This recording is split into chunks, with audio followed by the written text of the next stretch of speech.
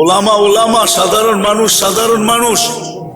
আজকে আমাদের অশান্তির একমাত্র কারণ হলো, অশান্তির একমাত্র কারণ আমরা এটার অপারেটিং ভুলে গেছি।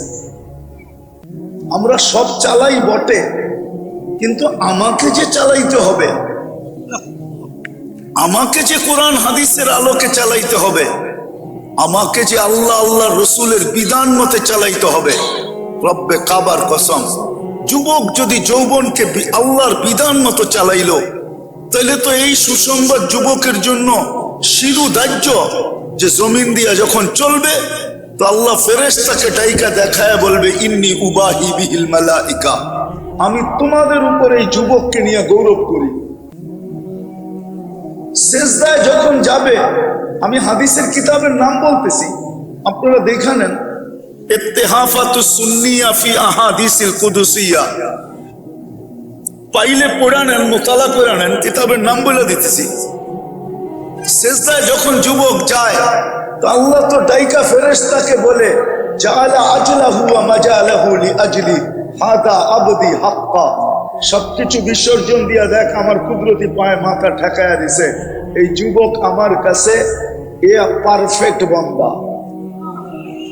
ইন্নী উবাহি বিহিল মালাইকা, তোমাদের উপরে আমি এই যুবককে নিয়ে গৌরব করি।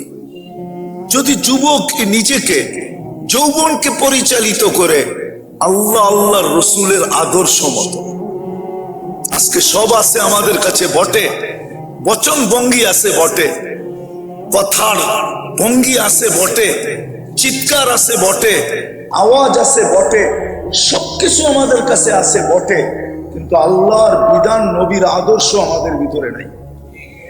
আল্লাহর বিধান তো বাদেই দিলাম, কেননা কোনো এক ক্ষেত্রে তো তাকাইলে দেখা যায় আল্লাহ মনে হয় নিজেরটা পিছে সরায় নিয়ে গেছে।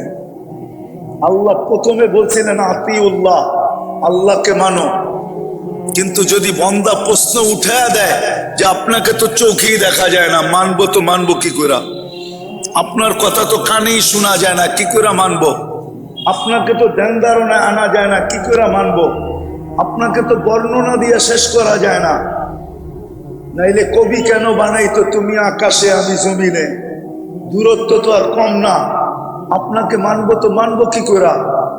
বুঝা গেল আল্লাহ পরের শব্দ বলছে আতিউর রাসূল, ঠিক আছে আমাকে মানতে কষ্ট হয়, এত দূরত্ব, তোমার ভিতরে সন্দিহান, তাহলে আমার বন্ধুকে মানলেই হবে। আমার বন্ধুকে মানো, এটা তো কাছে, এটা তো তোমার ভিতর থেকেই। হুয়াল্লাযী বাআসা ফিল উম্মিয়িনা রাসূলাম মিনহুম ইয়াতলু আলাইহিম আয়াতিহি ওয়া ইউযাক্কিহিম ওয়া ইউআল্লিমুহুমুল কিতাবা ওয়াল হিকমা। বন্ধু তো তোমাদের কাছে, বন্ধু তো তোমাদের মধ্য থেকে, বন্ধুকে মানো। তোমরা আমাকে দেখো নাই, কিন্তু বন্ধু তো আমাকে দেখা গেছে, বিদায় বন্ধুরটাই মানো। আমার মনে হয় মেরাজ এই জন্যই, ওলামা যা বলবে বলবে, আমার কাছে মেরাজ এই জন্য যে মানুষ প্রশ্ন উঠা দিছে, আপনাকে তো দেখি না, মানবু করতে কা, বন্ধু আয়েন তো উঠা, আসেন দেখা যান আপনি। তারপরে উম্মতকে বলতেছি, তোমরা দেখো না, বন্ধু তো দেখছে, বন্ধু তো তোমাদের ভিতর থেকে, বন্ধু মানো। আজকে নবীর আদর্শ না মানার কারণে আজকে মুসলমান সারা দুনিয়া পেরেশান। পাত্তির জন্য পেরেশান না, পাত্তি বোঝেন? সোনার গায়ে মানুষ ডাকায় বাসা বোঝেন না মনে হয়, ঠিক না? আব্দুল গফফার সাহেব তো সোনার গায়েই ছিল রহমতুল্লাহ আলাই, বাড়ি তো সোনার গায়ে, ঠিক না? চিনেন, দেখছেন? না না, অনেকে দেখেন নাই, নিউ জেনারেশন দেখে নাই। আরে এখানে আপনি দেখছেন, এরা তো দেখে নাই, বয়স্করা দেখছে, ইয়াংরা তো দেখে নাই। হ্যাঁ, বেটাই একটা ছিল, ঠিক না? কি যেমন কথা তেমন শরীর তেমন বেটা আওয়াজ, ঠিক না? ছোটবেলা দেখছি তো আমরা, মাঝে মাঝে থাপ্পড় মারলে চেয়ারও ভেঙে যেত, ঠিক না? তো যেটা বুঝাইতেছিলাম, পাত্তি তো আছে কিন্তু শান্তি তো নাই। সবই তো মুসলমানের কাছে আছে, কি নাই? কি নাই দুনিয়ায়? মানুষ বলে ব্র্যান্ড ব্র্যান্ড ব্র্যান্ডের জিনিস, সমস্ত ব্র্যান্ড তৈরি হয়েছে মুসলমান। আজকে মুসলমান ব্র্যান্ডের জিনিস ব্যবহার করা ছেড়া দেখ, কালকের থেকে সমস্ত ব্র্যান্ড নিজে নিজে বন্ধ হয়ে যাবে। বিশ্বাস হয় না আপনাদেরকে? হয় না? 20 লাখ টাকার জুতা বাঙালি পরে নেটে সার্চ দেন, কয় লাখ টাকা? মনে হয় আপনারা জানেন না, ঠিক না? কই থাকেন বাংলাদেশে? হ্যাঁ, এত খবর রাখেন, এটা খবর রাখেন না। নেটে সার্চ দিয়ে দেখেন বাংলাদেশে 20 লাখ টাকার জুতা কে পড়ে। আমি তো মাঝে মাঝে ভাবি ও মাথায় দেয় না পায়ে দেয়, 20 লাখ টাকা দাম, ঠিক না? হ্যাঁ, কি 15-20 লাখ টাকার রাডু বাঙালি পড়ে, বাঙালি রাডু গরি। জান দুনিয়া ঘুরা তো দেখছি কার হাতে রাডু আছে দুনিয়ায়। বিল গেটসের হাতেও রাডু নাই, যে দেখেন মাঝে মাঝে এখন নেটে সার্চ দেন, ওর ছবি আসবে, ওর হাতে একটা গড়ি আছে, দেখেন এটা কি গড়ি, ওটা রাডু না। বিশ্বাস না হয় আমি যুবকদেরকে বলবো এখন সার্চ দিয়ে দেখো, 20 লাখ টাকার গড়ি ওর হাতেও না, ও সারা দুনিয়ার সবচেয়ে বড় ধনী। মাঝে মাঝে তো প্যান্ট পরে একটা নিচে থাকে, একটা উপরে উঠা যায়। মাঝে মাঝে তো ও শার্ট পরে বুতাম একটা নিচেরটা উপরে লাগায় দেয়। দেখেন ওর টি শার্ট কয় টাকার দাম, আর দেখেন বাংলাদেশি এরকম টি শার্ট পাবেন 2.5 লাখ টাকা দিয়ে টি শার্ট কিনছে। নাই, দুনিয়ার ব্র্যান্ড মুসলমান পড়ে, দুনিয়ার সবচেয়ে দামি খাওয়া মুসলমান খায়। আমি যুবকদেরকে বোঝানোর জন্য বলতেছি, তোমরা নেটে সার্চ দাও, দেখো KFC কারা বেশি খায়, ম্যাকডোনা কারা বেশি খায়, সার্চ দাও, এখন সার্চ দাও, এখন চলে আসবে। সবচেয়ে বেশি মুসলমান খায়, দুনিয়ার সবচেয়ে বেশি প্রসাধনী মুসলমান ব্যবহার করে। আজকের থেকে মুসলমান মা বোনরা কসমেটিক ছেড়া দেখ, কালকের থেকে সব বন্ধ হয়ে যাবে। 200 কোটি মুসলমানের ভিতরে যদি 100 কোটি নারী হয়, এরা সমস্ত কসমেটিক্স ব্যবহার করা ছেড়া দেখ, সব প্রসাধনী বন্ধ হয়ে যাবে। আপনি বলবেন ইউরোপওয়ালারা কসমেটিক্স ব্যবহার করে, আপনি নেট দিয়ে দেখাবেন, আমি তো চোখ দিয়ে দেখছি, আপনি আমাকে কি নেট দিয়ে বুঝাবেন? ইউরোপ তো চষতে কোনো জায়গা নাই যেখানে আমি না চষছি। আমেরিকা বলবেন, অস্ট্রেলিয়া বলবেন, জাপান বলবেন, এত কসমেটিক্স ব্যবহার করে না। এই সোনারগাঁয়ে পাওয়া যাবে প্রত্যেকটা বাড়ি এক একটা কসমেটিক্স এর দোকান। কি প্রত্যেকটা বাড়ি এক একটা দোকান না? আর এই এলাকা বলে সব হইলো বেশি প্রবাসী। প্রত্যেকবার লাগেজ বইড়া আনতে আনতে আনতে আনতে মোটামুটি শোরুম হয়ে গেছে বাড়ি। আপনি আমার সাথে চলেন, আমি দেখাই। সবচেয়ে বেশি প্রসাধনী মুসলমান ব্যবহার করে, কিন্তু অশান্তিতে কেন?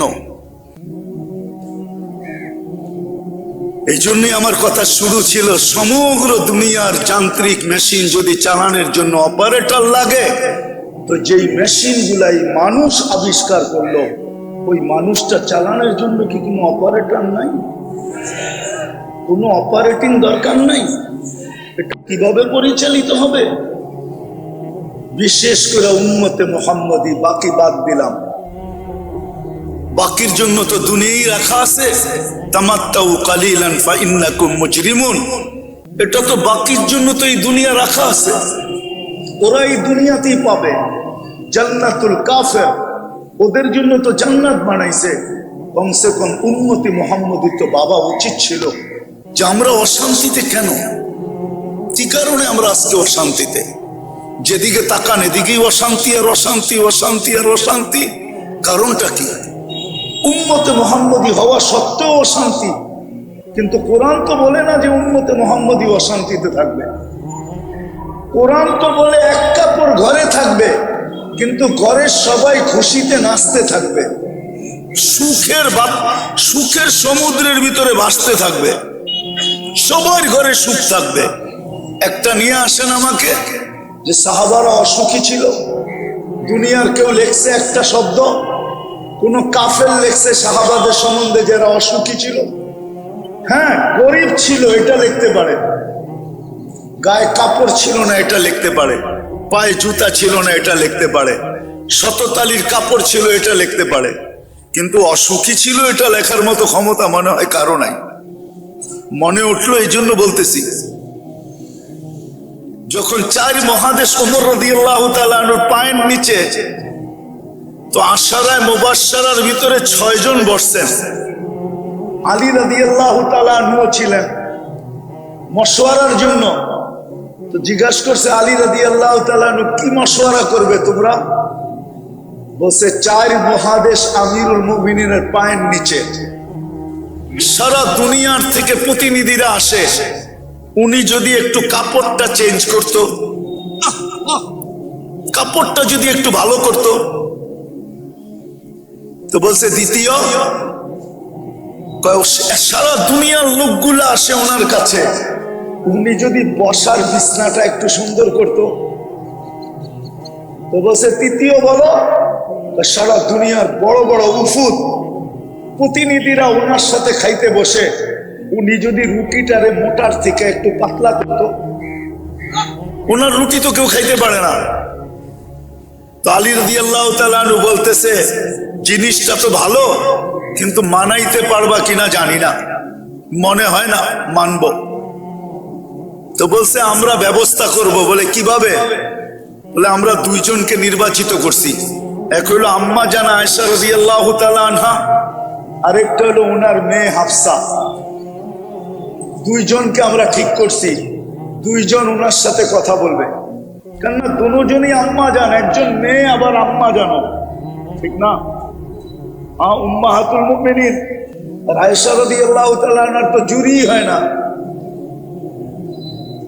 তো বলছে মুতাকাল্লিম কে হবে? আম্মা জান আয়েশা হবে। তো 2 জন গেছে, যা বলছে আমিরুল মুমিনিন অভয় দিলে একটা কথা বলতে পারি। বলছে কি? বলছে 4 মহাদেশ আপনার পায়ের নিচে, দুনিয়ার বড় বড় ব্যক্তিত্বরা আসে, আপনি যদি কাপড়টা একটু চেঞ্জ করতেন, একটা ভালো কাপড় পরতেন।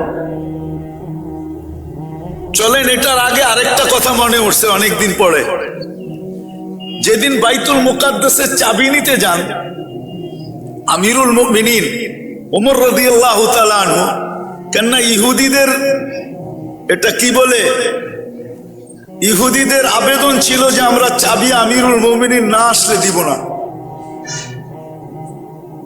লম্বা কাহিনী আমি শর্ট করতেছি। তো যেদিন উনি শামে ঢুকবে, ওই দিন রাত্রে শামে খুব বৃষ্টি ছিল। তো সারা রাত্র চলার পরে সকালবেলা উনি শামের সীমান্তে ঢুকবেন। আবু উবায়দা রাদিয়াল্লাহু তাআলা আনহু স্বাধীন করছিলেন ফিলিস্তিন। তো উনি সীমান্তে এসে অপেক্ষা করতেছিলেন। তো সকালবেলা পালা ছিল, গোলাম উটের উপরে থাকবে, আমিরুল মুমিনিন রশি টানবে। কিন্তু শান্ত আপনারা দেখেন নাই, বৃষ্টির কারণে কাদা ছিল। উনি জুতা খুইলা বগল তলে নিছেন, বাম বগল তলে, আর চাপ দিয়া ধইরা বাম হাতেই কাপড়টাকে উঁচা কইরা ডাইন হাতে রশি টানতে ছিল।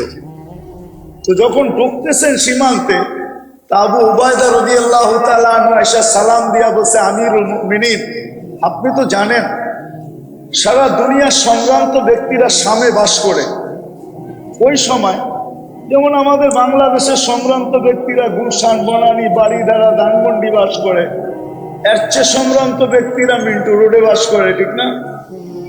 আরে মনে হয় বোঝেন না, মন্ত্রীপাড়া, ঠিক না? তো ওই দুনিয়ার সমস্ত সম্ভ্রান্ত লোকেরা তখন শামে বাস করত। তো বলতেছে আমিরুল মুমিনিন, সায়াখরুজু আলাইকা শুরাফাউশ শাম, শামের লোকেরা কিন্তু আপনার পিছে আসতেছে, সম্ভ্রান্ত লোকেরা আমার পিছে স্বাগত জানানোর জন্য। ফালা ইউহসিনুকা আইয়ারা আলা হাদাল হাল, আপনার এই কাপড় চোপড় দেখলে পছন্দ করবে না।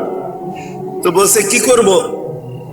আমি একটা সম্ভ্রান্ত ব্যক্তির কাপড় নিয়ে আসছি, এটা খোলেন, এটা পড়েন। বাস বলতে দেরি, সিংহ তো সিংহই হয়। এক চিৎকার দিয়া বলছে, আবু উবায়দা গাইয়ারতা বিয়াউমিন ওয়াহিদ, একদিনে তুমি চেঞ্জ। কদ আহসানাল্লাহু বিল ইসলাম, আল্লাহ তো নবীর আদর্শ দিয়ে আমাদেরকে ইজ্জত দিছে, ফালা উবালি মাকালাতান নাস। কে কি বলবে এটা তো আমার বিষয় না। এমন দমক দিছেন, আবু উবাদা রাদিয়াল্লাহু তাআলা বলে 24 ঘন্টার আমি সামনে আসি না, ওয়েট ঠেলায়। তো আম্মা জান যা বলছে যদি কাপড়টা চেঞ্জ করতেন, বলছে দ্বিতীয়, যদি বিছনাটা চেঞ্জ করতেন, তৃতীয়, রুটিটা যদি পাতলা করতেন। তো বলছে তোমাদেরকে কে পাঠাইছে, এটা বলা যাবে না, যদি জানতে পারি তো পিটাইতে পিটাইতে রক্তাক্ত করে দিব। তারপরে নিজের বেয়েকে আর আয়েশা রাদিয়াল্লাহু তাআলা আনহাকে সম্বোধন করে বলতেছে, আয়েশা, হাফসা তুমি বলো, একদিন আল্লাহ রসুলের বিছনা তুমি 4 ভাঁজ করে দিছিলা, মনে আছে? অবশ্যই মনে আছে। রাসূলুল্লাহ সাল্লাল্লাহু আলাইহি ওয়াসাল্লাম সকালে কি বলছিল যে হাফসা বিছনা চেঞ্জ করলা কেন? বলছে বিছনা তো চেঞ্জ করি নাই, 2 ভাঁজ ছিল 4 ভাঁজ করে দিছি। বলছে আজকে রাত্রে আমার কষ্ট হয়েছে, তুমি বিছনা 2 ভাঁজই রাখবা, 4 ভাঁজ করবা না। এরকম অনেকগুলো প্রমাণ দেওয়ার পরে বলছে শোনো, 3 জন বন্ধু ছিল, 2 জন জাগা মতে পচে গেছে, আমি একজন আছি, আমিও ওনাদের সাথে মিলিত হইতে চাই। তোমরা কি আমাদেরকে ওনাদের পদচিহ্ন থেকে দূরে সরাইতে চাও? আমি বুঝানোর জন্য কাহিনীটা বললাম, যদিও বুঝায় বলতে পারি না। আসলে আমরা নবীর আদর্শ ছাড়ার কারণে, এই কথা ভুলে যাওয়ার কারণে যে এটা চালানোর কোনো অপারেটিং নাই, মন মতো চালাবো। আজকে মুসলমান যার যেরকম মন চায়, যার যেরকম মন চায় এরকম নিজেকে চালাইতেছে। যুবক নিজের মন মতো চালাইতেছে, বিদায় চুলটা পর্যন্ত কাটে নেটের স্টাইল লেখা। নবীর আদর্শ মতো চুল কাটে না। কিন্তু এই সোনারগাঁয়ের যুবকরা বলো, ওদের চুলের স্টাইল দেখে আজ পর্যন্ত কোনো মেয়ে ওদেরকে মেসেজ পাঠাইছে আই লাভ ইউ? বলুক, ওরা বলুক, আমাকে বলুক। যদি পাঠায় থাকে আমি মেনে নিব ওদের চুলের স্টাইল। চুল দেখে তো আজ পর্যন্ত কোনো মেয়ে বলে নাই, বরং উল্টাটা বলতে পারে যে তুই বাটি রাইখা চুল কাটলি কেন? হ্যাঁ, এটা আবার কেমন চুল কাটলি তোরে? পিছন থেকে বগের মতো দেখা যায়, সামনে দিয়ে তো ভালো দেখা যায়, কিন্তু পিছের মতো। আমার তো মনে হয় না যুবক তোমাদের পায়ে হাত রাখি, রাগ হও না, বলো তোমাদের চুলের স্টাইল দেখা কে তোমাদেরকে বলছে আই লাভ ইউ? হ্যাঁ, কে তোমাকে কোনদিন ফুল দিছে 14 তারিখে যে চুলের স্টাইল দেখা? তোমাকে যদি লাভ ইউ বইলা থাকে তো তোমার যৌবন দেখা বলছে, তোমার রূপরেখা দেখা বলছে। তুমিও যদি কোনো মেয়েকে বইলা থাকো তোর রূপ দেখা বলছো, চুলের স্টাইল দেখা তো আজ পর্যন্ত বলে নাই। তাহলে যুবক কেন চুল কাটবে নেটের স্টাইল দেখা? 100 টাকার চুল কেন 500 টাকা দিয়ে কাটবে? ওর তো উচিত ছিল 100 টাকার চুল 100 টাকা দিয়ে কাটবে, 400 টাকা দিয়ে বন্ধু করে নিয়ে মিষ্টি খাবে, আর পরে একটা ফুলের মালা পরে চলে আসবে। সবাই যদি জিজ্ঞাসা করে চুল কাটা মিষ্টি আবার ফুলের মালা, কেন লাগাবো না? আমি নবীর আদর্শ মতো চুল কাটছি, কিয়ামতের দিন হাত পাতার সুযোগ হবে, নবীজির কাছে হাত পাততে পারবো, আপনার স্টাইলে চুল কাটছি, আমাকে কি দিবেন? আর আল্লাহর তো ওয়াদাই আছে, নবীর আদর্শে যে আদর্শবান হবে তাকে সুখ দিবে, তাকে শান্তি দিবে। আজকে তো নবীর আদর্শ আমাদের ভিতরে নাই, না আছে? হ্যাঁ, সবাই নিজের মন মতো চলতেছে, অথচ দেহটা আল্লাহর দেওয়া। কার দেওয়া? কে দিছে এই দেহ? অস্তিত্ব কে দিছে? আমাকে সাজাইছে কে? 24 ঘন্টা আমি কাঠটা ভোগ করি, কাঠটা বলেন না। অক্সিজেন কান নেন, আপনাকে ডেলি ডায়ালিসিস কে করে? কুদরত দিয়া। ডেলি আপনাকে 80,000 বার কার্বন ডাই অক্সাইড কে বাহির করে? কোন মেশিন? সবই তো বুক করি আল্লাহ,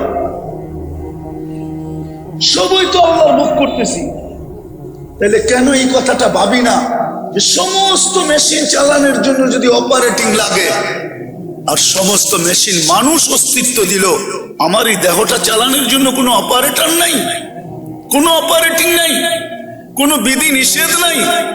আল্লাহ কি ছেড়া দিছে যেমন খুশি তেমন চালাবে? এই জন্য মেরে দোস্ত আজকে অশান্তির কারণ শুধু আর শুধু এটা যে আমরা নবীর আদর্শ ছেড়া দিছি। বিদায় পায়ে হাত রেখা বলি, আসেন আমরা তওবা করি, আল্লাহ রসুলের আদর্শের দিকে ফিরি। করবেন তওবা? কোরআন এটাই বলতেছে, ওয়াইন তাবু ফানা হাবিবুহুম, তওবা করতে দেরি, তওবা করতে দেরি, তওবা করতে দেরি, আমি তোমাদের বন্ধু হতে দেরি হবে না। নাইলে একটা কথা মনে রাখেন, আজকে ইচ্ছা স্বাধীনতা দিছে, আপনি যেমন খুশি তেমন চলতে পারেন, কিচ্ছু বলবে না, এটাই সত্য, কিচ্ছু বলবে না। কিন্তু কালকে যে বলবে এটাও সত্য, লা তুসআলুন্না আনিন নাঈম। আজকের চিন্তাটার থেকে কালকের চিন্তাটা বহুত বড় হবে, ছোট হবে না। কালকে কিন্তু আপনাকে প্রশ্ন উত্তরের সম্মুখীন হইতে হবে। জবাবদেহিতা শব্দটা যদি দুনিয়াতে না থাকতো তাহলে দুনিয়া অনেক অন্যরকম হইতো। যদি দুনিয়ায় জবাবদেহিতা শব্দটা যদি ডিকশনারিতে থাকে, তাহলে আল্লাহর কাছে জবাবদেহিতা শব্দটা থাকবে না। তো থাকবে না কেন? আমাকে বুঝান, যুক্তি দিয়ে বুঝান। দুনিয়ায় যে জবাবদেহিতা একটা শব্দ, এটা যদি ডিকশনারিতে থাকতে পারে, এটা যদি দেশের লয়ে থাকতে পারে, সর্ব জায়গার কানুনে থাকতে পারে, তাহলে আল্লাহর ব্যাপারে থাকবে না। তো থাকবে না কেন? এক ফোঁটা পানির থেকে আপনাকে অস্তিত্ব দিয়ে এতটুকু নিয়ে আসছে, এখন বড় বাপ দেখায় চলেন, ঠিক না? বড় গ্রাফিটি নিয়ে চলেন, কিন্তু চালাইতেছে কে? এই জন্য আসেন আমরা তওবা করবেন। পাক্কা? কে কে করবেন দেখি? তাহলে আল্লাহকে বলেন, আল্লাহ অতীত থেকে তওবা করলাম, আমাদের তওবাকে কবুল করেন। সত্য এটাই, নামান এই উম্মত যতক্ষণ পর্যন্ত তওবা করা নবীর আদর্শকে আলিঙ্গন না করবে, অতদিন পর্যন্ত আমরা চিৎকার দিতে পারি, সবকিছু ছড়ায়া দিতে পারি, কিন্তু আল্লাহর ওয়াদা কোনোদিন বাস্তবায়ন হবে না। এই জন্য আমাদেরকে রসুলের আদর্শের দিকে যেতে হবে। আর ওই আদর্শ শিখানোর কাজে কারখানাগুলাই হলো এই মাদ্রাসা। মাদ্রাসাগুলো এই জন্যই, আদর্শগুলোকে টিকায় রাখার জন্য। এই জন্যই উলামায়ে কেরাম বাজি নেন। নাইলে আপনি মনে করেন দুনিয়ার যত সংস্থা আছে সবচেয়ে কম বেতন কারা পায়? ইমাম, মুয়াজ্জিন, মাদ্রাসার হুজুর, ঠিক না? এদের চেয়ে কম বেতন আছে নাকি? বলেন না। কমিটি তো সাফ কয় হুজুররা এত টাকা দিয়ে কি করবে, ঠিক না? কিন্তু উনার টিপাটিতে খরচ হয় 1 কোটি টাকা, আর উনি কয় হুজুররা এত টাকা দিয়ে কি করবে, ঠিক না? সবচেয়ে কম বেতন কাঁদবে। অথচ তো সোনার গায়ে যদি অটো চালায় তো ডেলি 1000 কামানো কোনো ব্যাপার না, ঠিক না? সোনার গায়ে কয়জন ইমামের বেতন 30,000 টাকা আছে? না উলুকান্দি মাদ্রাসার কোন হুজুরের বেতন 30,000 আছে?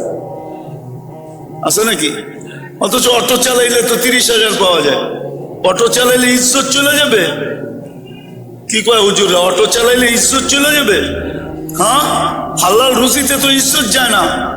আর অটো চালাইতে হলে আমেরিকার থেকে ডিগ্রিও আনতে হয় না, ঢাকা ইউনিভার্সিটি থেকে মাস্টার্সও করতে হয় না। ওটা তো কিনা নিয়ে বাইরেলেই হয়, 2-3 দিন একটু ধাক্কা সাক্কা লাগবে, তারপরে ঠিক হয়ে যাবে হাত, ঠিক না? ডেলি তো 10,000 1,000 কামানো যায়, কেন কামায় না? এই জন্য কামায় না যে কাঁধে দায়িত্ব। উম্মতকে শিখাইতে হবে নবীর আদর্শ, বানাইতে হবে দুর্গ, কারখানা বানাইতে হবে যেখানে নবীর আদর্শ শিখানো হবে। এই জন্য উলামায়ে কেরাম সমস্ত কিছু। আজকে দুনিয়ার আমার দেশে সবচেয়ে বেশি আঙ্গুল কার উপরে ওঠে? কার উপরে? কার উপরে ওঠে? চোরের উপরে ওঠে না, জিনাকারের উপরে ওঠে না, মদখোরের উপরে ওঠে না, ঘুষখোরের উপরে ওঠে না, কারো উপরে ওঠে না। আমি তো খোলা বলি, ডেলি 10 বার আঙ্গুল আমাকেও সইতে হয়। সব আঙ্গুল ওঠে হুজুরদের উপরে, ঠিক না? আর কারো উপরে তো আঙ্গুল ওঠে না। অথচ 90 ভাগ মুসলমান আমি তো সারা দুনিয়া আজ পর্যন্ত আমার পোশাকের উপরে কাউকে আঙ্গুল উঠাইতে দেখলাম না, বরং প্রশংসা করলো তোর টুপিটা বড় সুন্দর, তোর ড্রেসটা বড় সুন্দর, ডিলা ডালা বড় সুন্দর। শতবার শুনলাম বিদেশে, কিন্তু আমার দেশে তো ডেলি আঙ্গুল 10 বার আমাকে দেখতে হয়। সবচেয়ে বেশি আঙ্গুল তো হুজুরেই সহ্য করে, ঠিক না? না সহ্য করে না? সহ্য তো করে, তারপরও কেন দুর্গ বানায়? এটার জন্যই যে আমাকে চালাইতে হলে একটা অপারেটিং লাগবে, সেটা হলো আল্লাহ রসুলের আদর্শ। ওই আদর্শ ছাড়া